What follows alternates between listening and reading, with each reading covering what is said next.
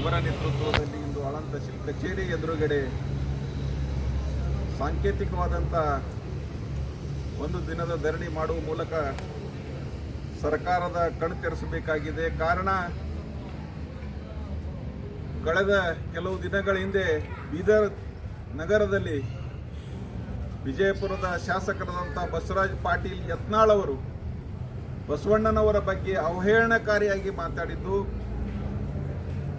ಬಸವಣ್ಣ ಒಳೆ ಹಾರಿ ಸತ್ರು ಅಂತಕ್ಕಂಥ ಒಂದು ಕುಚೇಷ್ಟೆಯ ಮಾತು ಹೇಳಿದ್ದು ಇಡೀ ಬಸವ ಭಕ್ತರಿಗೆ, ಲಿಂಗಾಯತರಿಗೆ, ಪ್ರಜ್ಞಾವಂತರಿಗೆ, ಸಮಾಜದ ಗಣ್ಯರಿಗೆ, ಇಡೀ ನಾಡಿಗೆ ಬಸವ ಕುಲಕ್ಕೆ ಮಾಡಿದಂಥ ಘೋರ ಅಪಮಾನವಾಗಿದೆ.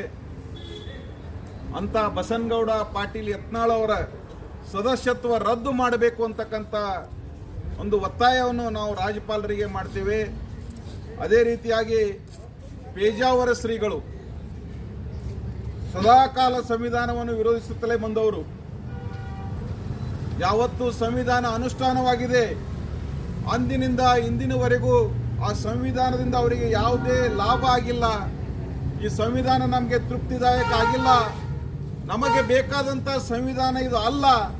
ಅದಕ್ಕಾಗಿ ನಮಗೆ ಬೇಕಾದಂಥ ಸಂವಿಧಾನ ಮನು ಸಂವಿಧಾನ ಏನು ಸಾವಿರಾರು ವರ್ಷಗಳಿಂದ ಶೋಷಿತರನ್ನು, ಬಡವರನ್ನು, ದಲಿತರನ್ನು, ಧೀಮಂತರನ್ನು ಏನು ಕಡೆಗಾಣಿಸಿದೆ, ಎಲ್ಲರಿಗೂ ಏನು ತೊಂದರೆ ಕೊಟ್ಟು ಬರ್ತಾ ಇತ್ತು ಅಂತ ಮನು ಸಂವಿಧಾನ ಮತ್ತೆ ಜಾರಿ ಮಾಡುವಂಥ ಒಂದು ಉದ್ದೇಶವನ್ನು ಇಟ್ಟುಕೊಂಡು ಅವರು ಸರ್ಕಾರಕ್ಕೆ ಕಿವಿಮಾತು ಹೇಳಿದ್ದಾರೆ.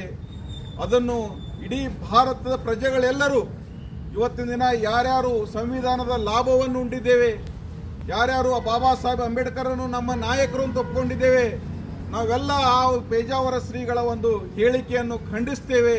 ಪೇಜಾವರ ಶ್ರೀಗಳು ಇನ್ನು ಮುಂದೆ ಈ ರೀತಿ ಬೇರೆ ಹೇಳಿಕೆಗಳು ಕೊಡದೇ ರೀತಿಯಲ್ಲಿ ಸರ್ಕಾರ ಅವರಿಗೆ ಕಾನೂನು ರೀತಿಯಿಂದ ಕ್ರಮ ಕೈಗೊಳ್ಳಬೇಕು ಮತ್ತು ಅವರಿಗೆ ಎಚ್ಚರಿಕೆ ಸಮಾಜದಿಂದಲೂ ಕೊಡಬೇಕು ಅಂತಕ್ಕಂಥ ಉದ್ದೇಶದಿಂದ ಇವತ್ತು ನಾವು ಆಳಂದ ತಹಶೀಲ್ ಕಚೇರಿ ಎದುರುಗಡೆ ನಾವೆಲ್ಲ ಸೇರಿದ್ದೇವೆ. ಬಂಧುಗಳೇ, ಈ ಸಲುವಾಗಿ ಈ ಒಂದು ವಿಚಾರದಲ್ಲಿ